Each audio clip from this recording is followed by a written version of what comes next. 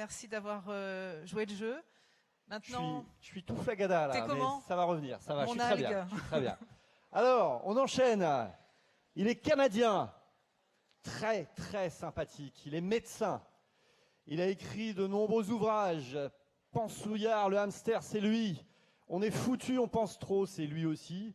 C'est un formidable conférencier. Il est venu à l'université de Nantes l'année dernière et les petits chanceux qui l'ont vu en direct se sont régalés. Et évidemment, il a des super pouvoirs. Des super pouvoirs. C'est surtout un homme que j'ai rencontré tout à l'heure. J'ai senti tout l'amour de cet homme. Je crois qu'il est vraiment merveilleux. Voilà, c'est le mot qui m'est venu. Mais ses super pouvoirs, Dixit François, c'est un homme formidable, un mec comme on en voit peu aujourd'hui, qui dit ce qu'il fait, qui fait ce qu'il dit et qui est vraiment là dans une vraie humilité. Et ça fait du bien, vraiment. Autre super pouvoir, il a plusieurs intelligences, intelligence émotionnelle notamment, qui est vraiment illustré dans son dernier livre, Le jour où je me suis aimé pour de vrai. Et je crois que ça, c'est l'essentiel pour chacun. Exactement, il sera à votre disposition pour en parler tout à l'heure après sa conférence. On va accueillir Serge Marquis. Serge Marquis.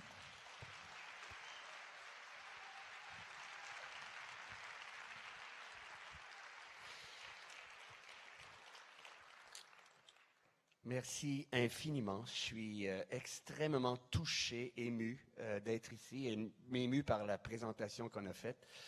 Et merci. Merci à François, merci à toute l'équipe de m'avoir invité. Quand je vois ce que je vois, ça garde en moi le sens, vraiment. Je vais vous parler aujourd'hui de reconnaissance. À chaque fois que je fais cette conférence, je suis toujours un peu gêné, pour une raison très simple. Tout ce dont je vais vous parler aujourd'hui, vous le savez déjà. Ma tête me fait souvent penser à un cadeau que j'avais reçu quand j'étais enfant à Noël, une espèce de boule de verre, on la secouait, il y avait une simili-neige qui apparaissait dans la boule, et on déposait la boule et on voyait tomber la neige doucement sur un petit château, sur un chevreuil, peu importe. Ma tête me fait penser à ça, parce que quelqu'un parle, prononce une phrase, et secoue ma boule, fait remonter quelque chose qui était déjà là, dont j'avais oublié l'existence. Alors ce matin, tout ce que nous allons faire ensemble, nous allons secouer notre boule. 4 bonnes raisons qui justifient que nous nous arrêtions pour réfléchir à la reconnaissance. Mais juste avant de vous les donner, si j'étais assis dans la salle présentement, je me poserais une question. Je me dirais, comment se fait-il que ce soit un médecin qui vienne nous parler de reconnaissance? Ça pourrait être un psychologue, ça pourrait être un spécialiste de relations de travail. Eh bien, la raison est très simple. Plusieurs personnes le savent déjà. Ça fait 30 ans que je soigne des personnes qui ont craqué dans l'univers du travail. Elles arrivent dans mon bureau brûlées, vidées, épuisées, avec 2 phrases. Je ne sais plus qui je suis, je ne sais plus où je vais. Je ne sais plus qui je suis, identité, je ne sais plus où je vais, sens. Et quand j'écoute ces personnes, je les ai écoutées vraiment avec le plus d'attention possible pour essayer de comprendre pourquoi elles étaient dans mon bureau. Et quand je les écoute, j'entends souvent sur leurs lèvres le mot reconnaissance. Au début, je me disais, mais qu'est-ce que c'est que ça? Pourtant, la reconnaissance, c'est simple. Merci, tape dans le dos, bravo. Et là, j'ai été obligé de réfléchir à la question de la reconnaissance. Elle revenait beaucoup trop souvent sur les lèvres des personnes que j'accompagnais. Et je me suis rendu compte que c'était infiniment plus complexe que je le croyais. C'est la raison pour laquelle nous allons réfléchir ensemble à cette question ce matin. Et je crois profondément qu'une entreprise qui ne s'arrête pas à notre époque pour réfléchir à la question de la reconnaissance est une entreprise qui se tire une balle dans le pied. Et voici pourquoi. 4 raisons. Première raison. Ma mère a quitté l'école, elle avait 14 ans. Elle n'avait pas le choix. Son père était malade, sa mère était malade. Il fallait qu'elle aille sur le marché du travail, gagner un peu d'argent pour aider ses sœurs, ses frères, ses parents même à vivre. Ma mère, donc, n'était pas instruite. Toute sa vie, elle s'est considérée non instruite. Quand elle était dans l'espace de travail et que quelqu'un lui demandait de faire quelque chose, elle ne remettait jamais ça en question.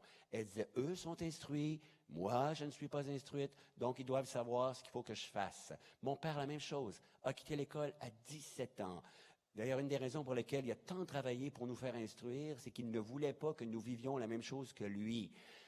Aujourd'hui, dans la majorité des espaces de travail, il y a de plus en plus de personnes instruites. D'ailleurs, partout sur la planète, nous essayons de combattre le décrochage scolaire. Donc, des personnes instruites dans l'espace de travail ne réagiront plus du tout comme mes parents. Elles vont remettre en question parfois certaines choses qui leur sont demandées en se disant, moi, j'ai fait des efforts pour apprendre tout ce que j'ai appris et ça, je suis pas d'accord, donc je voudrais l'exprimer. Première raison qui justifie une réflexion sur la reconnaissance, le changement dans le mode de l'instruction.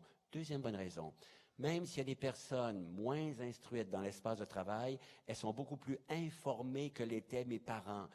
Chez nous, il y a 3 chaînes de télévision qui, 24 heures sur 24, diffusent des nouvelles. Quand j'entends le téléjournal, il y a quelqu'un devant moi qui est en train de décortiquer une information et m'oblige à utiliser mon jugement, mon pouvoir d'abstraction. Le lendemain, quand je vais être dans l'espace de travail, je vais vouloir l'exercer, ce jugement. Je vais vouloir l'utiliser, mon pouvoir d'abstraction. Autre grand changement social irréversible, l'information. Troisième grand changement qui justifie qu'on réfléchisse à la reconnaissance. Mon père, quand il allait travailler le matin, prononçait souvent la phrase suivante, « Je m'en vais accomplir mon devoir ». Entendez-vous quelqu'un qui part travailler le matin et qui dit « Je m'en vais accomplir mon devoir ». Ça n'existe plus. Les gens disent « Je m'en vais m'accomplir », développer mon potentiel, utiliser mes ressources, mes capacités. D'ailleurs, entre deux sources d'emploi, des jeunes vont préférer un emploi, ils vont avoir l'impression de pouvoir s'accomplir, qu'un emploi, ils vont avoir un meilleur salaire. Troisième grand changement social, faire accomplir son devoir versus s'accomplir. Quatrième grand changement social. Quand j'étais enfant, il y a un mot qui était très populaire, que je n'entends presque plus aujourd'hui, c'était le mot vertu. Et il y a une vertu qui était omniprésente, c'était l'obéissance. Il y avait même un commandement de Dieu, Père et Mère, tu honoreras. Je ne me souviens pas du reste, mais enfin. Moi, j'ai eu le privilège de contribuer à l'éducation d'une jeune femme. Quand elle est arrivée dans ma vie, elle avait 7 ans, j'ai contribué à son éducation. Maintenant, elle a une trentaine d'années, 31. Je n'ai jamais prononcé devant elle une seule fois le mot obéissance. Je lui ai parlé d'affirmation de soi, de prendre sa place, de ne pas se laisser marcher sur les pieds. Et je vous assure, j'ai énormément d'admiration pour les personnes qui la gèrent, qui vont la gérer plus tard. Parce que si j'ai bien fait mon travail, elle va vouloir prendre sa place, s'affirmer, dialoguer, ne pas se laisser marcher sur les pieds. Toutes les personnes qui ont des enfants, qui ont eu des enfants, qui vont avoir des enfants, vous allez faire la même chose que nous. C'est irréversible. Donc, ces 4 éléments-là sont les éléments fondamentaux qui peuvent justifier une réflexion sur la reconnaissance dans l'espace de travail. Avez-vous remarqué que le moment de sa vie où une personne reçoit le plus de reconnaissance, c'est à ses funérailles? C'est absolument fascinant tout ce qu'on trouve à dire à son sujet. Et la seule personne qui n'entend pas, c'est la personne concernée. C'est absolument fascinant. Je suis allé de plus en plus souvent au cours des dernières années. Malheureusement, quand on vieillit, on perd des êtres chers et il y a des gens qui nous entourent qui perdent des êtres chers. Donc, on va de plus en plus souvent dans des salons funéraires. Et il y a une phrase que j'ai entendue à plusieurs reprises. À chaque fois que je l'entends, elle me jette par terre. C'est la phrase suivante. La seule chose que je regrette, c'est de ne pas lui avoir dit avant. Moi, je me suis dit, ça ne m'arrivera jamais.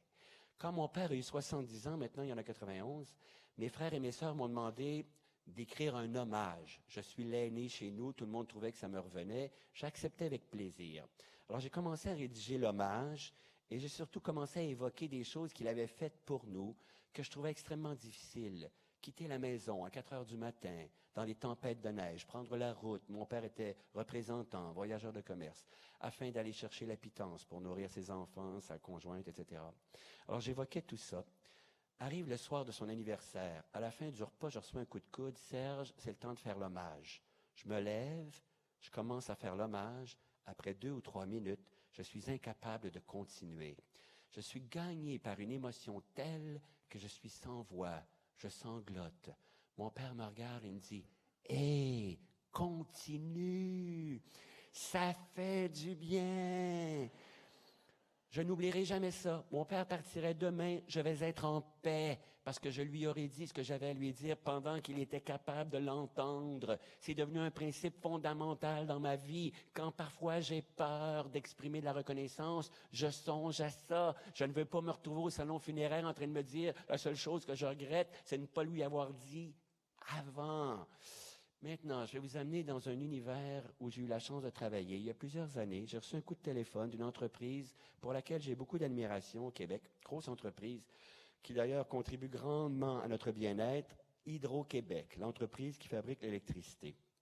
Alors, j'ai reçu un coup de téléphone, on me dit, on aimerait que vous veniez nous donner un coup de main, parce qu'on a deux grands problèmes. Le premier, il y a une augmentation radicale de l'absentéisme chez nous pour troubles psychiques, alors qu'on devrait s'attendre chez certains corps de métier à ce que l'absentéisme soit causé par des troubles physiques, entre autres des monteurs de ligne, tendinite, bursite, maux de dos. Première cause d'absentéisme chez les monteurs de ligne, troubles psychiques. Et on me disait, il y a une deuxième raison pour laquelle on aimerait pouvoir travailler avec vous, c'est qu'on a l'impression que il y a une diminution importante de la motivation chez le personnel d'encadrement, chez nos managers. On me disait qu'à une certaine époque, les gens étaient fiers de dire qu'ils travaillaient pour Hydro-Québec. Alors qu'à l'époque où on m'a appelé, il y avait eu un grand scandale lors du Temple solaire. Ça a aussi été quelque chose, une secte qui était apparue tant en France qu'au Québec. D'ailleurs, il y avait plusieurs personnes qui étaient membres de cette secte. Puis, il y avait eu des scandales à cause de dépenses aussi qui avaient été faites, inutiles, etc. Alors, je trouve que c'est un beau défi. Je décide d'accepter. Après quelques semaines dans l'entreprise, il y a une crise majeure au Québec qu'on appelle la crise du verglas. Pendant l'hiver, il y avait tellement eu un mélange de pluie et de neige sur les arbres, sur les grands pylônes, etc., que les arbres s'étaient effondrés, les fils étaient tombés, et il y avait une grande quantité de foyers qui étaient privés d'électricité. 24 heures après la crise, à l'intérieur de l'entreprise, il y avait une énergie incroyable qu'on pouvait voir dans les corridors.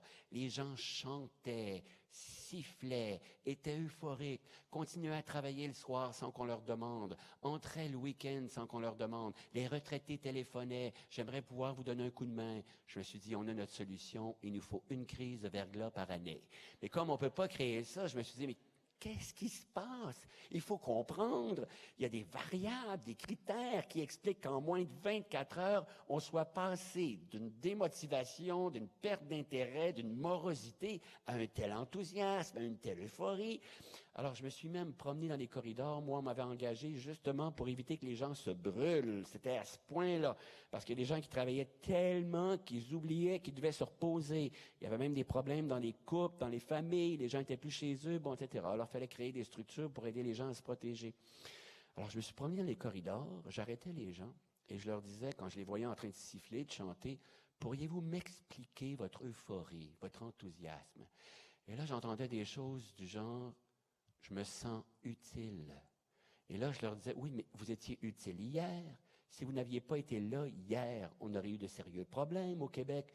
Comment se fait-il que vous ne vous sentiez plus utile hier, donc que votre travail avait perdu du sens, et qu'aujourd'hui, à cause de la crise, vous vous sentez utile? Elle est où la différence? » Et là, je me suis rendu compte qu'il y avait un piège qui existait dans nos vies, qui nous fait perdre de vue le sens de notre travail.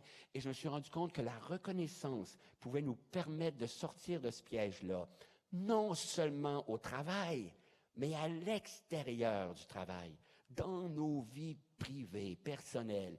Et c'est le piège de la routine, de l'habitude, de l'usure.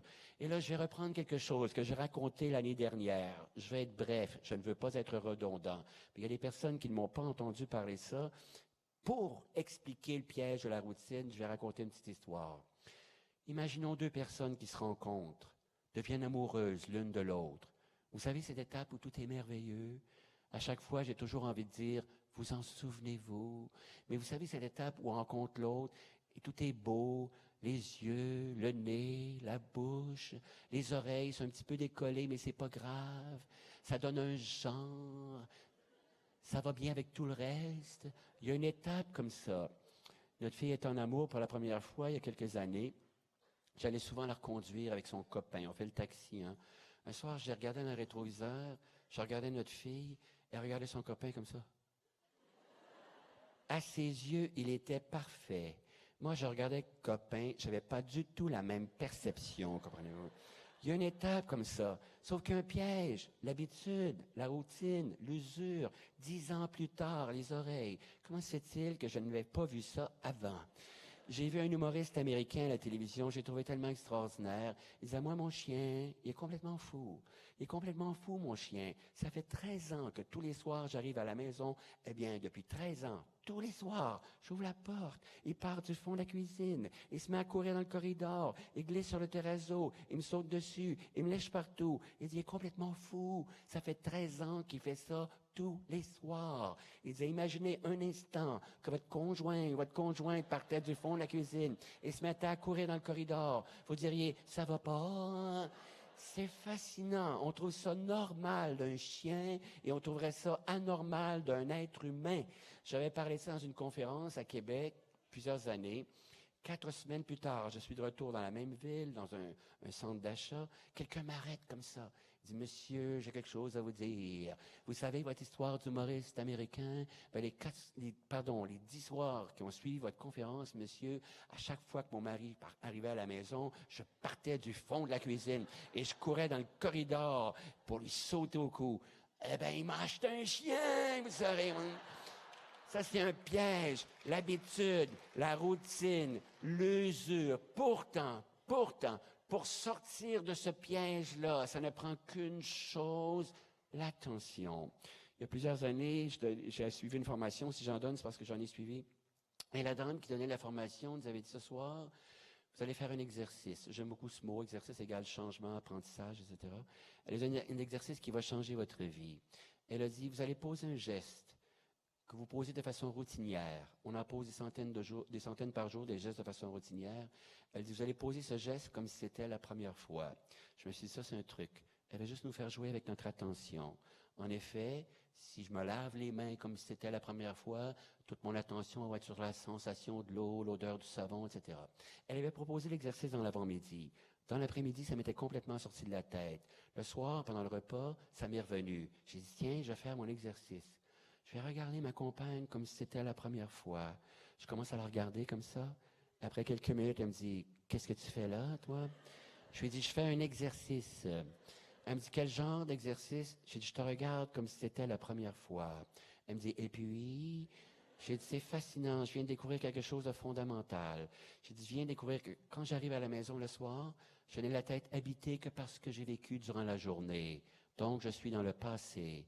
Ou encore, je n'ai la tête habitée que parce que je vais vivre le lendemain. Donc, je suis dans l'avenir. La seule place où je ne suis pas, c'est ici, dans le présent.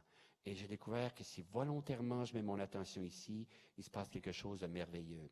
Et là, je vais vous présenter un premier principe. Pour que pour que la reconnaissance apparaisse ou soit entretenue dans l'espace de travail, parce qu'elle permet de sortir du piège de la routine et elle permet de retrouver le sens. Premier principe, elle doit être précédée d'un minimum d'attention. Et là, je vais vous faire part d'une croyance. Le degré le plus élevé de reconnaissance qu'un être humain puisse apporter à un autre être humain, c'est la qualité de son attention. Deuxième principe, pour que la reconnaissance ait un impact dans l'espace de travail, elle doit toujours être accompagnée d'une qualité, l'authenticité. Parce que si elle n'est pas authentique, elle peut être perçue comme perverse, manipulatrice. Il doit y avoir un agenda caché derrière ça. Qu'est-ce qu'elle veut, qu'est-ce qu'il veut, etc., etc. Troisième principe, et ça, je parle de ça. Quand j'ai rencontré des employés, je ne parle pas de reconnaissance uniquement des managers, bien sûr. Quand j'ai rencontré des employés, je leur dis ceci. La reconnaissance n'appartient à personne en particulier. Bien sûr, elle peut venir du haut vers le bas, si on peut s'exprimer comme ça. Elle peut aussi venir du bas vers le haut. Elle peut se donner à l'horizontale. Elle n'appartient, tout le monde a le pouvoir de reconnaître. Quatrième principe, la reconnaissance est un cadeau quand je l'offre, mais elle est un piège quand je l'exige. Si je me mets à exiger la reconnaissance, je viens d'ouvrir une porte à la souffrance. Ce n'est pas parce que je l'exige qu'elle va apparaître. C'est comme vouloir être aimé à tout prix. Aimez-moi, aimez-moi, aimez-moi. C'est la meilleure façon de faire fuir quelqu'un. 5e principe. La reconnaissance apporte autant à la personne qui l'offre qu'à la personne qui la reçoit. Vous n'avez qu'à songer au moment où vous offrez un cadeau à quelqu'un, le plaisir que vous ressentez, la joie que vous avez quand la personne déballe le cadeau. Il y a même parfois une petite déception si on a trop d'attentes par rapport à la réaction. 6e principe, la reconnaissance doit toujours être gratuite. Et je vais revenir là-dessus dans quelques instants. Maintenant, j'aimerais vous lire une citation d'un homme qui s'appelle Louis Dumont, qui est un sociologue, qui écrit un livre assez extraordinaire qui s'appelle « Essai sur l'individualisme » et qui disait ceci: « Nous sommes passés d'une société qui aime les personnes et utilise les choses à une société qui aime les choses et utilise les personnes. Dans la plupart des sociétés traditionnelles, dit-il, les relations entre les êtres humains sont plus importantes et plus hautement valorisées que les relations entre les êtres humains et les choses. Cette primauté est renversée dans le type moderne de société où les relations entre les êtres humains sont au contraire subordonnées aux relations entre les êtres humains et les choses. L'être humain devient alors une ressource dont le rendement doit être satisfaisant au même titre que l'outillage, les machineries et les matières premières. Eh bien, moi, je crois profondément que la reconnaissance peut renverser cette tendance en redonnant sa place à l'humain dans le monde du travail et à l'extérieur du travail. C'est vrai aussi à l'extérieur du travail. À cause du piège de la routine, de l'habitude, de l'usure, il y a des gestes qui sont posés, qu'on prend pour acquis et on cesse d'exprimer sa gratitude. Après 10 ans de vie commune, nettoyer une cuvette, ce n'est pas plus ragoûtant qu'au premier jour. Mais parce qu'on prend ce geste pour acquis, on cesse d'exprimer notre gratitude. Préparer un repas, c'est fascinant. Quand 2 personnes commencent à vivre ensemble, il y a un phénomène particulier, je l'ai vécu. Il y a une répartition des tâches qui s'établit sans qu'on en ait parlé. Quelqu'un devient responsable tout à coup des repas, l'autre personne de l'entretien de la maison, etc., etc. Préparer un repas, après 10 ans, ça demande encore autant d'énergie. Quelqu'un doit y penser, doit aller chercher ce qu'on va manger, préparer le repas, ça arrive sur la table. Oh, pas encore ça, c'est fascinant. On pense ça pour acquis. Quelqu'un m'a déjà dit, ouais. Mais vous savez, la reconnaissance, si on l'exprime trop fréquemment, la personne va s'habituer. C'est très intéressant comme question. Autre principe, on ne s'habitue jamais à la reconnaissance. J'essaie humblement d'incarner ce dont je parle. Par conséquent, quand ma conjointe prépare un repas et que je trouve ça très bon, je l'exprime. Merci. Expérience à renouveler. Cependant, si c'est moins réussi, authenticité. Expérience à ne pas renouveler. C'est très important parce que ça donne de la crédibilité à ce que j'exprime quand je parle de quelque chose qui fonctionne, parce qu'on doit aussi parler de ce qui ne fonctionne pas. C'est extrêmement important dans l'espace de travail. Il y a des gestes, après 10 ans, 15 ans, qui demandent autant d'efforts que la première journée où ils ont été posés. Mais parce qu'on les prend pour acquis, on cesse d'exprimer notre gratitude. C'est fondamental. Maintenant, 4 espaces à l'intérieur desquels on peut explorer la reconnaissance dans l'espace de travail, dans le milieu de travail. Premier espace, c'est terrible, j'ai perdu mon chronomètre. Où est le chronomètre pour savoir combien de temps j'ai? Pouvez-vous me le redonner, s'il vous plaît? Alors, donc, 4 espaces à l'intérieur desquels on peut explorer la reconnaissance. Premier espace, c'est la reconnaissance qu'on retrouve habituellement, merci, dans l'espace de travail. La reconnaissance qu'on appelle formelle.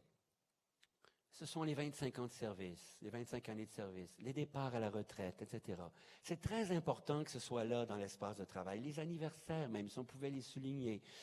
Il y a des endroits où je suis allé, entre autres, il y a un endroit où je suis allé, une grande organisation. On avait décidé de célébrer les 25 années de service et les départs à la retraite. C'est une organisation énorme. 180 personnes devaient être reconnues cette journée-là. 2 semaines avant la journée en question, qu'on avait appelée la journée de la reconnaissance, sur les 180, il y en avait seulement 20 d'inscrites. Alors, les organisateurs paniquaient, ça va être un échec, etc. Je leur ai dit, si on téléphonait aux 160 personnes qui ne sont pas inscrites pour leur demander pourquoi elles ne sont pas inscrites. Peut-être qu'on aurait des réponses intéressantes.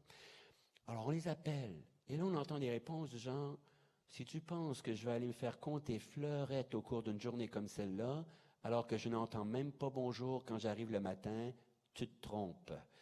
Et là, j'ai compris que la reconnaissance formelle était importante, mais que pour être crédible, elle devait être accompagnée d'une reconnaissance informelle, exprimée au quotidien. Je suis allé dans un corps policier parler de reconnaissance. Devant moi, il n'y avait que des femmes et des hommes en uniforme. Et là, on me dit, c'est pas compliqué la reconnaissance ici. C'est obtenir un grade. On appelle ça chez nous avoir la banane sur la manche de la chemise. Et on me dit, vous savez, on ne va plus à la cérémonie de remise des grades. J'ai dit, pourquoi? On m'a dit, parce que ça n'a plus de sens. Ah, on m'a dit, il y a quelques années, pour obtenir un grade, il fallait faire des efforts. Aujourd'hui, effort ou non, après un certain nombre d'années, on l'obtient. Lui, là, il n'a rien fait, il va obtenir le même grade que moi? Non. J'ai pas envie d'aller là. Donc, il faut que ce soit crédible pour que ça ait un sens. Deuxième espace où on peut...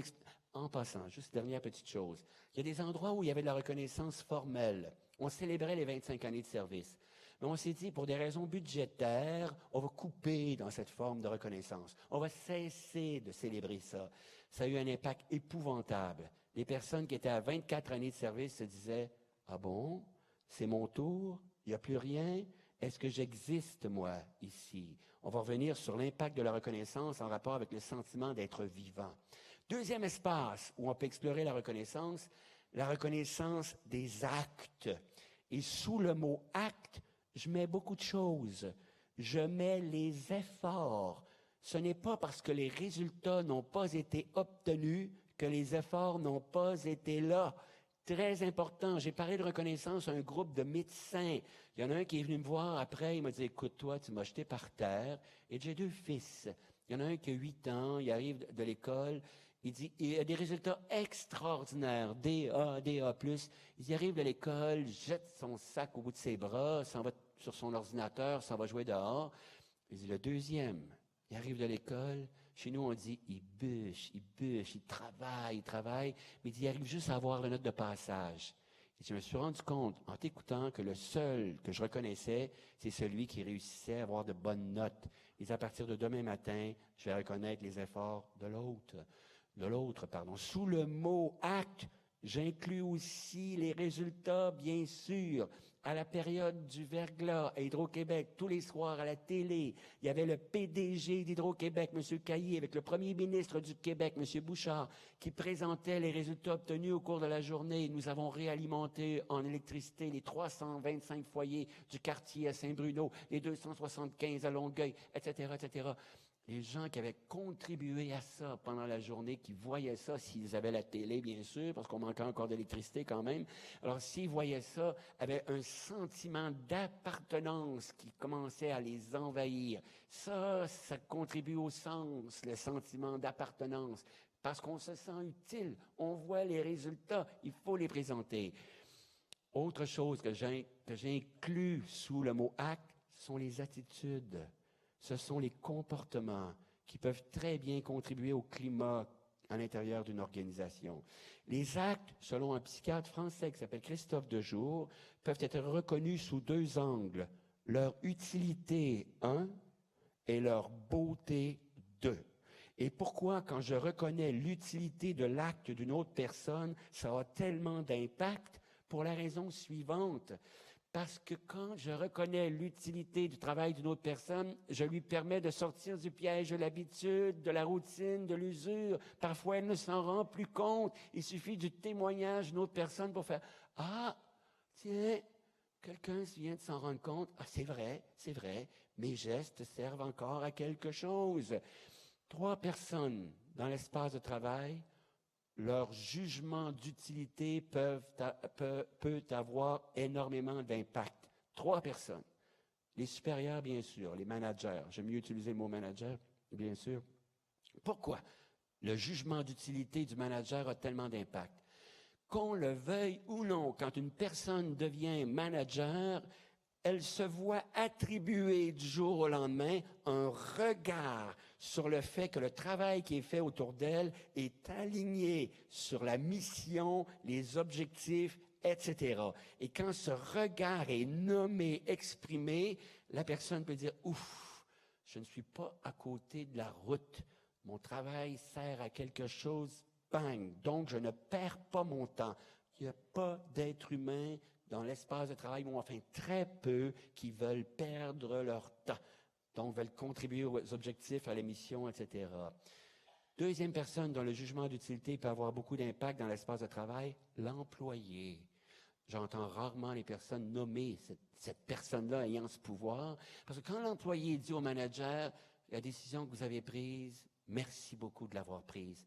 Maintenant, on sait où on s'en va. Encore la question du sens. Avant, on l'ignorait. Troisième personne de qui le jugement d'utilité peut avoir beaucoup d'impact dans l'espace de travail, mais c'est souvent à l'extérieur du travail, c'est le client, la cliente, bien sûr. C'est l'enfant qui apporte la pomme au professeur, les parents qui expriment à l'enseignante, à l'enseignant, à quel point le travail est apprécié, etc. Il y avait un groupe de professionnels au Québec il y a plusieurs années chez qui on retrouvait beaucoup d'idées suicidaires, beaucoup de dépression. On ne comprenait pas parce qu'on se disait ces personnes-là ont un bon revenu, font un travail qui est apprécié, etc., etc. C'était les dentistes. Et là, on s'est rendu compte que les personnes qui sortaient des cabinets de dentistes n'étaient pas toujours dans un état pour exprimer leur reconnaissance, comprenez-vous? Et que quand elles parvenaient à l'état où elles auraient pu exprimer leur reconnaissance, elles l'avaient oublié. Le jour où les assistantes dentaires ont été introduits dans l'espace de travail, les idées suicidaires ont diminué, les dépressions ont diminué. Il y avait tout à coup une reconnaissance mutuelle qui avait commencé à apparaître. C'est assez fascinant. Ça, c'est le jugement d'utilité qui vient du client, de la cliente. Bien sûr, on ne peut pas l'attendre. La beauté. Pourquoi le jugement de beauté peut-il avoir tellement d'impact dans la vie d'une personne? Quand j'étais enfant, j'avais souvent en cadeau, parce que je le demandais, des petites boîtes dans lesquelles il y avait des blocs et je pouvais faire des constructions. Quand je faisais une petite construction, que faisais-je? Je faisais de l'ordre avec du désordre. Et quand j'avais terminé ma petite construction, quelle était la première question que je posais? Est-ce que vous trouvez ça beau?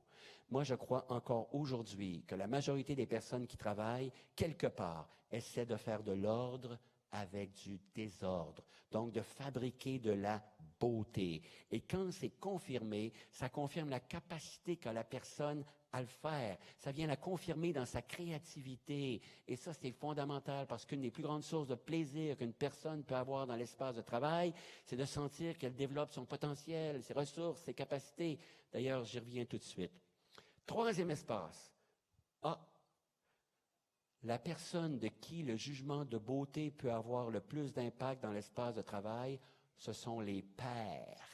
Qui est mieux placé qu'une personne qui fait la même chose que moi pour savoir tout ce que ça prend pour pouvoir faire ce que j'ai fait, comme je le fais? Il y a plusieurs années, vous allez voir, ça fait plusieurs années, j'allais donner une conférence dans un milieu de travail. J'utilisais à l'époque des transparents avec un rétroprojecteur. Ça fait quand même assez longtemps. Et puis, 2 jours avant la conférence, j'ouvre le tiroir d'un classeur pour aller chercher mes transparents. Je ne les trouve pas. Alors là, je me dis, où sont-ils? J'ai dû les laisser au dernier endroit où j'ai fait cette conférence. Donc, je n'ai pas le temps de refaire des transparents. Donc, j'appelle à l'endroit où j'allais donner la conférence et je leur dis, écoutez, oubliez le rétroprojecteur, je n'ai plus mes transparents, pourriez-vous me préparer un paperboard, bon, etc. Et là, les gens me disent, quel est le problème? Je n'ai plus les transparents. Avez-vous les copies papier? Oui. Faites-nous-les parvenir, nous allons faire vos transparents, etc. Alors, je fais parvenir ça. 2 jours après, j'arrive, on me remet mes transparents. Et là, je dis, mais non, mais ce ne sont pas mes transparents. Ils se sont trompés. Et là, je les regarde attentivement. C'était tellement plus beau. La personne qui avait reçu ça s'était dit, je pense qu'on peut améliorer ça un peu. Elle avait utilisé sa créativité pour embellir mon travail. Ce n'est que le jour où j'ai moi-même fait du traitement de texte et de la mise en page que j'ai compris tout ce que ça avait pris à cette personne pour pouvoir faire quelque chose d'une telle beauté. Les pairs. Troisième espace où on peut explorer la reconnaissance, c'est l'espace du développement des compétences, des capacités, du potentiel. créer des espaces où ça peut s'exprimer, se développer. Il y a plusieurs années, je suis allé faire une conférence dans une région du Québec qui s'appelle l'Estrie. Et je suis arrivé à l'heure du midi.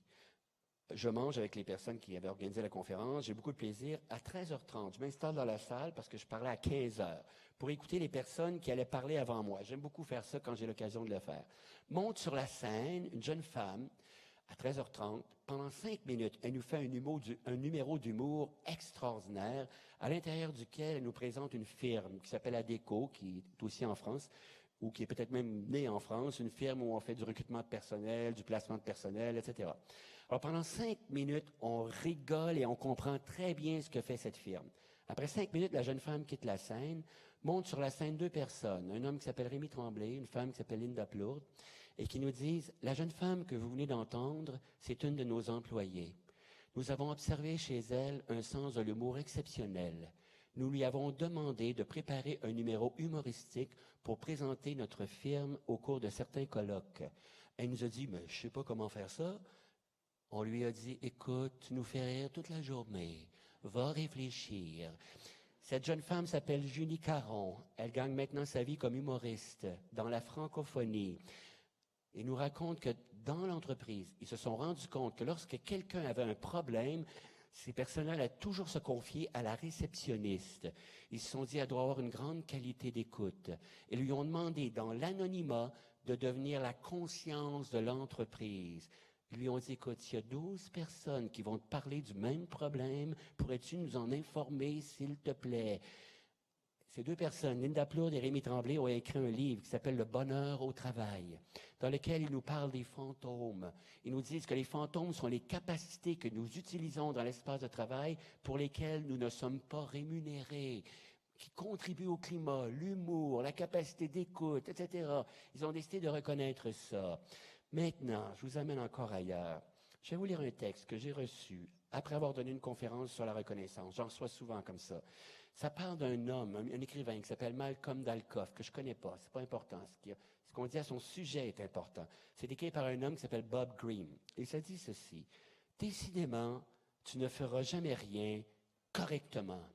C'est ainsi qu'une mère gronde son fils parce qu'il s'est éloigné d'elle dans la rue.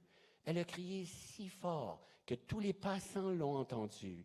L'enfant, réprimandé, retourne près de sa mère, sans un mot, tête basse. Rien de bien méchant, direz-vous. Et pourtant, de telles petites scènes laissent parfois des traces indélébiles dans l'esprit de quelqu'un. La phrase qui suit est super importante. Et quelques mots, MOTS, peuvent avoir un impact considérable, même si leur auteur n'y a guère prêté d'importance sur le moment. Greene nous parle maintenant de Dalcoff.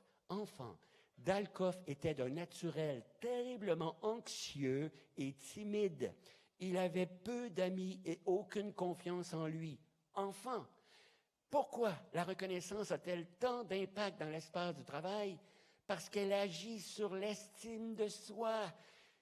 Il y a des gens qui me disent, ouais, mais ça peut se bâtir à l'extérieur du travail, bien sûr. 2 jours, encore lui, nous dit que notre histoire commence à s'écrire dès notre conception et qu'une grande partie de notre histoire s'écrit à partir de notre naissance. Malheureusement, dit-il, il y a plein de personnes pour lesquelles il y a des grands espaces qui sont restés blancs dans leur histoire. Il n'y a rien qui a été écrit. Par conséquent, il nous dit que quand on utilise notre pouvoir de reconnaître dans l'espace de travail, sans le savoir, on est peut-être en train d'écrire quelque chose dans un espace qui est resté blanc, de contribuer à la construction de l'estime de soi. Je poursuis ma parenthèse. Je m'entraîne physiquement 3 fois par semaine depuis plusieurs années. J'ai acheté un vélo qui va nulle part. Et comme c'est très ennuyant de pédaler sur un vélo qui va nulle part, je me suis acheté un écran de télé et je regarde des DVD sur la nature. Un jour, je suis en train de pédaler et je regarde une émission sur les gazelles. Et pendant cette émission, il y a une phrase qui remonte dans ma tête qui avait été prononcée par un enseignant à l'âge où j'avais 16 ou 17 ans. Ça faisait très longtemps. Et c'était la phrase suivante. L'être humain est dans la nature, l'organisme qui, lorsqu'il vient au monde avec le plus grand de tous les potentiels, mais vient au monde le plus démuni. Et pourquoi cette phrase est montée dans ma tête? Parce que je venais de voir une gazelle accoucher. Et j'ai vu le bébé gazelle sortir du corps de la mère, tomber sur le sol, un petit paquet humide. Après 4 minutes, elle était sur ses 4 pattes. Après 15 minutes, elle courait, galopait. Heureusement pour elle, d'ailleurs, parce qu'il y avait un lion pas très loin qui avait l'air de la trouver très appétissante. À l'âge de 15 minutes, elle était capable d'assurer sa survie par elle-même. Un être humain de 15 minutes, il faut le déposer sur un trottoir et il est fait, comprenez-vous? Un être humain a besoin d'adultes pour assurer sa survie pendant de nombreuses années. On estime qu'à notre époque, c'est entre 25 et 30 ans à peu près. C'est une blague, c'est une blague, c'est une blague. Mais il y a besoin d'être nourri, il y a besoin d'être protégé. On ne met pas dehors à moins 30 degrés en plein hiver tout nu. On ne met pas dehors tout nu l'été sans protection à plus 30 degrés. On lui tient la main quand on traverse la rue. Il a aussi besoin d'être touché. Un enfant qui ne serait jamais touché pourrait en mourir. Les histoires d'horreur qui ont été vécues dans les camps de concentration. Il y a des femmes dont les portes d'appartement s'ouvraient le matin. Elles n'avaient pas demandé ça, qu'on les prenne, qu'on les mette dans des trains. Elles étaient enceintes. Elles accouchaient dans les camps de concentration. Qu'est-ce qu'on faisait avec les enfants? On les parquait dans les grandes salles. On les nourrissait, on les changeait de couche, mais jamais personne les prenait dans les bras pour les bercer, les caresser. Plusieurs de ces enfants mouraient, cessaient de s'alimenter. On a compris pourquoi un jour, une expérience célèbre faite en psychologie, on fabriquait des guenons en broche, on mettait des biberons, les bébés singes accouraient, tétaient, mais le seul contact qu'il y avait, c'était avec la broche. Ils cessaient de s'alimenter. On mettait une peau de fourrure autour de la broche, les bébés singes accouraient, tétaient, étaient en contact avec la fourrure, continuaient de s'alimenter. C'est absolument fascinant. Imaginez le rapport de l'humain avec un contact comme le toucher, c'est fondamental. Mais quand on est enfant, on a un pouvoir incroyable. Un extraordinaire pouvoir sur notre environnement. J'appelle ça l'empire de la chaise haute. On est assis sur notre chaise haute, comme ça, avec notre petit trône, avec une cuillère, c'est comme un sceptre. Et là, on fait du jus, et le jus apparaît. Du lait, et le lait apparaît. Il n'y a pas un empereur qui a ce pouvoir-là, hein? Jusqu'au jour où on doit quitter notre chaise haute, et on entend pour la première fois, tu es capable d'aller le chercher tout seul. Cette journée-là, on a un grand deuil à faire. On doit faire le deuil du pouvoir qu'on a sur notre environnement pour commencer à intégrer le plus grand pouvoir qu'on aura dans notre vie, celui qu'on a à l'intérieur de soi. Il y a des personnes qui passent leur vie sur la chaise haute. Hein? Apporte-moi ma bière, comprenez-vous? C'est pas banal. On doit en descendre. Mais quand on est enfant, on est couché sur le dos, dans notre berceau, les yeux grands ouverts. Et au-dessus du berceau, il y a 2 visages. Et là, on fait notre premier sourire. Ça part, ces 2 visages-là. As-tu vu ça? Vite, va chercher la caméra. Et là, il y en a un ou une qui me prend dans ses bras, qui me serre. Oh, que t'es beau, oh, que t'es belle, oh, que t'es fin, oh, que t'es fine. Hey, j'utilise mon potentiel, j'enregistre ça, j'associe ce que je viens de faire avec ce que je viens de recevoir. Je me mets à en faire à répétition. Et ce que ça permet de faire, c'est que les actes sont reconnus. Jean Montbourquette, un grand conférencier québécois, malheureusement décédé il y a 3 ans, disait qu'il est fondamental de reconnaître les actes. Ça permet de construire le premier pilier de l'estime de soi, qui est « je suis capable ». Et le deuxième pilier de l'estime de soi, c'est l'enfant qui ne fait rien. Il est assis dans le milieu d'une pièce, il regarde voler une mouche, et là, il y a un être significatif, un adulte qui le prend dans ses bras, qui lui dit que je t'apprécie, que je t'aime. Il ne peut pas se demander ce qu'il faisait pour obtenir ça. Il faisait rien. La seule chose à laquelle il peut associer ce qu'il vient de recevoir, c'est à son maître. Il se rend compte qu'il peut être aimé pour ce qu'il est. Et ça permet de construire le deuxième pilier de l'estime de soi, qui est « je suis aimable, je suis capable ». Mais il y a des personnes qui, malheureusement, ont vu leur histoire s'arrêter à un certain moment au sens où il n'y a rien qui était écrit. Alors, quand on utilise le pouvoir de reconnaître dans l'espace de travail, on est peut-être en train d'écrire quelque chose au niveau de « je suis capable » ou « je suis aimable ». Et je reviens à Dalcoff. Enfant, il était de naturel terriblement anxieux et timide. Il avait peu d'amis et aucune confiance en lui. Et puis un jour au collège, Mme Brauch, son professeur de littérature, a demandé aux élèves d'imaginer la suite d'un roman célèbre et d'en rédiger un chapitre. Aujourd'hui, Dalcoff ne se souvient ni de ce qu'il a écrit, ni de sa note. Mais une chose est certaine, c'est qu'il n'oubliera jamais la remarque de l'enseignante dans la marge. Vous avez une bonne plume. Vous avez une bonne plume. 5 mots qui allaient changer sa vie. Avant cette remarque, j'ignorais totalement ce que je valais et je n'avais aucune idée du métier que j'exercerais. Or, ce jour-là, je suis rentré chez moi et j'ai rédigé une nouvelle. J'en avais toujours rêvé, mais je m'en étais toujours cru incapable. Au cours des mois qui ont suivi, Dalcoff a écrit de nombreuses autres nouvelles et sollicité chaque fois l'avis de Mme Brache. Celle-ci s'est à la fois montrée encourageante, et les mots qui suivent sont très importants, dure et honnête. Peut-on aussi reconnaître ce qui ne va pas? Eh bien, oui. Tout dépend de la manière dont on s'y prend pour le faire. Je peux montrer à une personne, en reconnaissant ce qui ne va pas, que je crois qu'elle a en elle la capacité d'en tirer un apprentissage. Exactement ce qu'il me fallait, constate l'écrivain. Et puis le jeune élève a été nommé rédacteur en chef adjoint du journal de son école et a gagné davantage en assurance. Une vie pleine de réussite allait s'offrir à lui. Dalcoff est convaincu que sans ces quelques mots dans la marge de son devoir, son destin aurait été différent. Et la phrase qui suit est encore super importante. Des années plus tard, il est retourné sur les lieux de son enfance et a rendu visite à Mme Brache qui avait pris sa retraite. Il lui a expliqué comment, grâce à elle, il avait osé devenir écrivain. Et là, il a enclenché un processus. Et comment toujours grâce à elle, il avait à son tour insufflé un peu de cette confiance en soi à la jeune femme qui allait devenir son épouse. Celle-ci préparait son diplôme de fin d'études secondaires en prenant les cours du soir et s'était tournée vers lui pour bénéficier de ses conseils. Ce récit avait beaucoup touché l'enseignante. « Décidément, tu ne feras jamais rien correctement. Vous avez une bonne plume. Notre vie dépend parfois de bien peu de choses. » Et maintenant, dernier espace où on peut explorer la reconnaissance de l'être, de la personne. Il y a plusieurs années, j'ai eu la chance de travailler avec une femme qui s'appelle Carole Poliquin au Québec, une Québécoise, cinéaste, qui a fait un film qui s'appelle L'âge de la performance. J'ai eu le privilège de pouvoir travailler avec elle un peu au niveau du scénario, enfin. On a échangé ensemble là-dessus, et de suivre l'évolution du film. Dans ce film, on nous présente des producteurs de porc, des producteurs de poules, et on voit un producteur de porc qui visiblement est authentique, et il nous dit ceci: « Je n'ai pas le choix.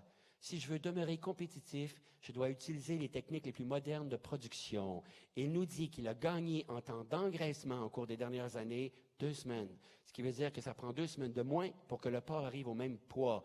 Mais nous avons un problème qu'on n'avait pas prévu dans nos porcheries, c'est l'apparition du syndrome du porc stressé.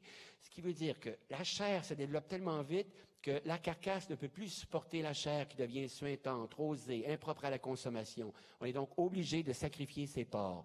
Tout de suite après lui, on voit un producteur de poules qui le matin marche dans son poulailler et ramasse des poules mortes. Et on lui demande de quoi sont-elles mortes, vos poules? Du syndrome de la mort subite de la poule. Et là, on lui dit, qu'est-ce que c'est que ça? Et là, il raconte qu'il y a tellement d'hormones qui sont injectées que le cœur ne peut plus tenir le coup. Je peux très bien comprendre que certains de ces producteurs pensent qu'ils doivent continuer à agir comme ça pour être compétitifs. Là où j'ai une inquiétude, c'est que ce regard glisse vers l'être humain. Et c'est exactement ce qui se passe présentement. Il y a une émission que j'ai vue à Radio-Canada qui s'appelle Découverte, où on nous présentait une université prénatale en Californie, une université où on inscrit le fœtus à l'université. C'est sûr qu'il ne peut pas se rendre à son cours tout seul, alors sa mère l'amène, on met des écouteurs sur la bedaine pendant que la mère marche, il y a des mots qui traversent la paroi abdominale et la paroi utérine. Les enfants qui naissent de ces mères-là, à l'âge de 6 mois, plusieurs d'entre eux sont capables de parler. Tout le monde s'émerveille. À l'âge d'1 an et demi, plusieurs d'entre eux sont capables de lire.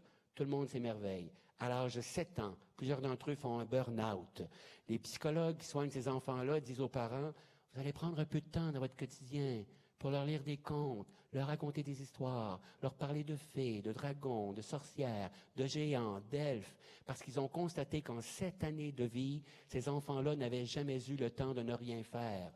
On peut comprendre les parents, ils disent ils vont vivre dans un monde tellement compliqué, on va les outiller au maximum. Il y a une erreur dans cette analyse. Quand un enfant fait rien, il ne fait pas rien. Il est en train de développer son imaginaire, sa créativité. Il voit un bout de ficelle, il fait un fleuve avec, une rivière. Il voit un bout de carton, il fait un château. Dieu sait que cette créativité va être une force extraordinaire pour l'aider à traverser son existence. Dans le film, on nous présente une jeune femme, une jeune petite fille de 5 ans, inscrite au Better Baby Institute à Philadelphie, l'Institut du meilleur bébé. Et on voit sa journée. Le matin, elle se lève et la première chose qu'elle fait, elle court plusieurs kilomètres. Et là, elle n'arrête pas de la journée. Pendant qu'elle mange le midi, sa mère lui enseigne l'histoire des religions. À la fin de la journée, la personne qui fait le film lui dit « Est-ce qu'il y a quelque chose que tu aurais souhaité faire que tu n'as pas fait? » Moi, je trouvais ça un peu cynique. Et la petite fille répond « Oui. » « Qu'est-ce que tu n'as pas fait que tu aurais aimé faire? » La petite fille répond « Quelque chose que je faisais quand j'avais 3 ans. » Elle en a 5. Alors, on lui demande « Que faisais-tu quand tu avais 3 ans que tu n'es plus capable de faire maintenant à 5 ans? » Et là, il y a une scène extraordinaire. Elle, petite blonde, la peau pâle, elle rougit, elle se retourne. Il y a déjà un blocage. Et elle dit « Demandez à ma mère. » Moi, je pense qu'elle voulait dire jouer. Et là, je vais vous lire un autre texte qui m'a été envoyé après une conférence sur la reconnaissance. J'ai parcouru plusieurs kilomètres pour trouver le cadeau parfait pour mon enfant. Après 2 longues soirées fatiguées, j'ai pensé lui demander ce qu'il voulait. Voici la liste des cadeaux qu'il m'a suggérés. J'aimerais être Félix, notre petit chat, pour être moi aussi pris dans vos bras chaque fois que vous revenez à la maison. J'aimerais être un baladeur pour me sentir parfois écouté par vous deux, sans aucune distraction, n'ayant que mes paroles au bout de vos oreilles, fredonnant l'écho de ma solitude. J'aimerais être un journal pour que vous preniez un peu de temps à chaque jour pour me demander de mes nouvelles. J'aimerais être une télévision pour ne jamais m'endormir le soir sans avoir été au moins une fois regardé avec intérêt. J'aimerais être une équipe de hockey pour toi, papa, afin de te voir excité de joie après chacune de mes victoires. J'aimerais être un roman pour toi, maman, afin que tu puisses lire mes émotions. À bien y penser, je n'aimerais qu'une chose, ne m'achetez rien. Permettez-moi seulement de sentir que je suis un enfant. Eh bien, je pense que dans l'espace de travail, maintenant, tout ce que l'être humain souhaite, c'est de sentir qu'il est ou qu'elle est un être humain. Et ça se fait comment? À travers les choses les plus simples de la vie. Bonjour, merci, comment ça va? Pourquoi on sait ça? On sait tous et toutes ça, je vous l'ai dit au début de la conférence. Pourquoi c'est si difficile à faire apparaître? Parce que les obstacles, nos peurs, nos croyances. Oh, que veulent-ils de plus? Ils sont payés pour faire ça, ce sont des enfantillages. Non, un grand psychiatre américain, Ronald Lang, disait « Tout être humain, qu'il soit enfant ou adulte, a besoin d'avoir de l'importance, c'est-à-dire de signifier quelque chose dans le monde de quelqu'un d'autre. » Et quand il commence à avoir des doutes à ce sujet-là, commence à apparaître une détresse. Donc, tous les êtres humains, on a tous des histoires où il est resté des espaces blancs. Et je termine par ceci. Je vais essayer de retrouver mes papiers. Je termine par ceci. Il y a déjà de la reconnaissance dans le monde du travail. Il y a déjà des reconnaissances dans cette société. Le dimanche soir à la télé, il y a des galas où on reconnaît l'excellence, l'exceptionnel. Très bien. Mais qu'est-ce qui fait qu'une organisation fonctionne à notre époque? Ce sont les gestes ordinaires de qualité posés chaque jour. Il y a plusieurs années, je suis allé dans un centre d'hébergement de soins de longue durée au Québec. Il y avait eu un scandale, il y avait un micro qui avait été placé sous le lit d'une patiente et on avait enregistré une conversation inacceptable entre 2 soignants. Alors, ça avait fait la première page des journaux. Je vais dans un centre d'hébergement donner une conférence, un centre d'hébergement pareil comme celui dont on venait de parler dans les journaux. Et j'entends dans ma voiture, bulletin spécial d'information, on venait de trouver le corps du directeur général du centre dont on avait parlé dans les journaux et c'était pendu dans un hôtel, dans une ville qui s'appelle Saint-Hyacinthe. Je suis bouleversé. J'arrive dans le hall d'entrée du centre où je faisais une conférence et là, il y a des personnes âgées, en chaise roulante, les larmes qui coulaient sur la joue, etc. Et là, je vois des soignants et des soignantes, je ne les connais pas. C'est la première fois que j'arrive là-bas. Et là, je les vois poser des gestes ordinaires, de qualité, posés chaque jour. Je vais vous ramener dans votre chambre, Monsieur Tremblay. Elles ne me donnent pas un spectacle, elles font leur travail. Et je crois profondément maintenant que ce sont les gestes ordinaires de qualité qu'on doit reconnaître tous les jours. Je termine par ceci. À la pause de cette conférence, il y a une femme qui est venue me voir, m'a pris les bras, elle a commencé à pleurer. Elle dit, monsieur, j'ai besoin de votre aide. J'ai dit, on a quelques minutes. Et vous savez, la patiente dont on parle depuis plusieurs jours dans les journaux, on a placé un micro sous son lit, elle a été transférée ici. C'est moi qui m'en occupe. Elle dit, elle me frappe, elle me griffe, elle me crache au visage. Et là, j'ai fait, nom de Dieu, pendant des mois, des années peut-être, il y a des personnes qui ont posé des gestes de qualité ordinaires, très difficiles à poser chaque jour. Mais la seule chose dont on a entendu parler dans les journaux, c'est la conversation inacceptable qui avait été enregistrée. Il faut créer un contre-discours. Il faut reconnaître les gestes de qualité ordinaires posés chaque jour. Il faut renverser le mouvement que malheureusement plusieurs médias nous imposent. Et je termine par des citations de poètes dont j'admire les travaux, Paul Éluard qui disait « Il y a des mots qui font vivre, et ce sont des mots innocents, le mot chaleur, le mot confiance, amour, justice et le mot liberté, le mot enfant et le mot gentillesse, et certains noms de fleurs et certains noms de fruits, le mot courage et le mot découvrir, et le mot frère et le mot camarade, et certains noms de pays, de villages, et certains noms de femmes et d'amis. Il y a des mots qui font vivre. Et moi, je crois que la reconnaissance, c'est ça. Il y a des mots qui font vivre. Il y a aussi des gestes qui font vivre. Il y a des regards qui font vivre. Et dernière citation, Christian Bobin, qui disait un jour, il faudrait accomplir toutes choses, et même les plus ordinaires, surtout les plus ordinaires. Ouvrir une porte, écrire une lettre, tendre une main, avec le plus grand soin et l'attention la plus vive, car comme si le sort du monde et le cours des étoiles en dépendaient. Et d'ailleurs, il est vrai que le sort du monde et le cours des étoiles en dépendent. Je crois ça, moi, profondément. Alors, je vous invite tout simplement à utiliser votre pouvoir de reconnaître sans rien attendre en retour. Merci infiniment pour votre attention. Merci beaucoup.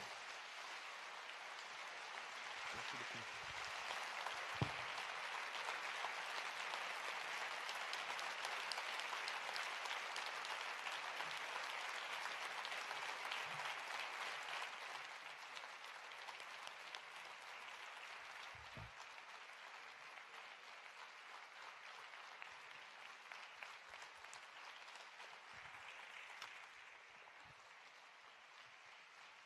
Merci Serge.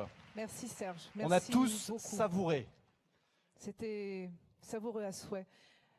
Un mot précieux aussi, c'est merci. Des mots qui sont importants aujourd'hui, c'est le regard juste au présent, l'authenticité, l'amour, l'intention. Moi, c'est ça que j'ai retenu, vraiment quelque chose de juste et parfait. Merci Serge, merci beaucoup. Merci encore. À plus tard dans la journée, il est là pour dédicacer son livre. N'hésitez pas à aller le voir. Il est là jusqu'à 14h30, parce que la sortie de son livre, c'est aujourd'hui. Il doit nous quitter pour aller vers Paris. Donc, il est là maintenant à la librairie. Vous pouvez vraiment en profiter et jusqu'à 14h30. C'est là que les chemins se dispersent. Certains vont rester dans le grand espace pour les conférences inspirantes, avec la première intervenante qui va arriver dans pas longtemps. Les autres vont aller sur les ateliers. Faites votre choix, le programme est là. À vous de choisir. Ensuite, il y aura une surprise à 13h45. 10 surprises, ça veut dire que ce n'est pas du tout indiqué sur votre programme. Donc merci d'ouvrir les oreilles, de regarder avec vos yeux et avec votre cœur. Ça sera un temps consacré à l'énergie à 13h45. Je serai là pour vous servir, faire et de la pleine conscience et un peu d'hypnose pour rebooster vos ressources internes, pour retrouver de la force et de l'énergie pour cet après-midi. Donc 5 minutes à 13h45 avant d'aller à vos ateliers, ici si vous le souhaitez. Et sous les nefs, il y a des cadeaux pour vous, plein de badges. C'est open bar, allez-y, servez-vous, c'est cadeau. Allez-y, faites-vous plaisir dans la joie et dans la bonne humeur. À tout à l'heure. Merci.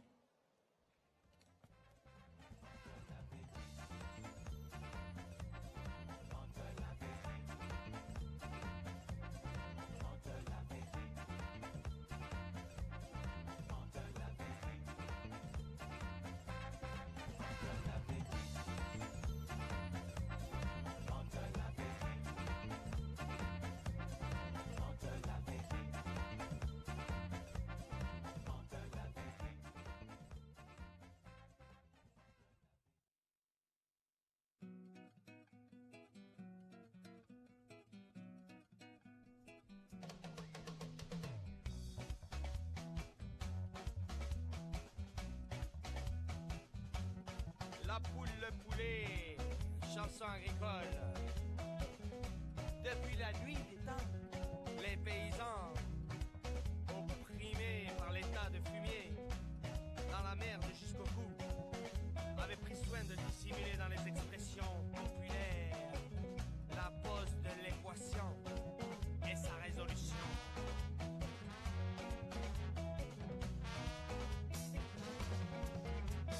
Poulet, je te le dis, y'a pas moyen que tu t'envoles, y'a pas moyen de te bouffer.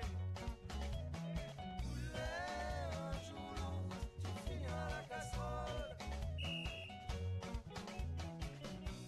La poule, le poulet, chasse agricole, hein. Les rois avaient leur cour, les politiques ont leur basse-cour. Le politique il vient, il vole un bœuf, il vient, il dit que c'est un œuf. L'œuf fait la poule le poulet protège le politique, il garde les moutons mordent de la poussière. Poulet, je te le dis, y'a pas moyen que tu t'envoles, y'a pas moyen de te bouffer. Poulet, un jour ou l'autre, tu finiras à la casserole. Ah, bon, ils entretiennent également leur potager, hein. Les sénateurs, les députés, ceux-là même pour qui vous avez voté, hein. Vous savez, les potagers, là, ils vous racontent des salades, ils vous carottent, ils vous baissent l'oignon, hein. Ils vous volent votre oseille, hein. Moi, ça commence à me courir sur le haricot. Les gars, ils viennent, ils te tapent ton blé, ils te laissent sur la paille, et en plus, ils te roulent dans la farine. Bon, là, on est charrette, mais la roue tourne. Les gars ont bouffé leur pain blanc, parce que dans le fond, si on réfléchit, c'est nous qui avons la braise, c'est nous qui avons la braise, donc ils sont cuits, ils sont criés. Je te le dis, y'a pas moyen que tu t'envoles, y'a pas moyen de te bouffer. Poulet, un jour ou l'autre, tu finiras à la casserole. Oh, vous allez me dire, mais que fait la loi? Avec ses rangées d'avocats bien gras. Mais loi ne peut rien contre l'État, hein. L'état de fumier, ouais. Moralité, pour éviter l'état de fumier, hein. L'anarchie, qu'est-ce qu'il fait? Ben, l'anarchie un peu partout. Où bon lui semble. Pas de tas, pas de traces d'État. Les rois avaient leur cour, hein. On a coupé court. Les politiques ont leur passe-cour. On va taper en bas, taper les bourses, briser les œufs. Plus d'œufs, plus de poules, plus de poules, plus de poulets. Les moutons vont courir libres dans les champs de blé. Il y aura largement assez d'eau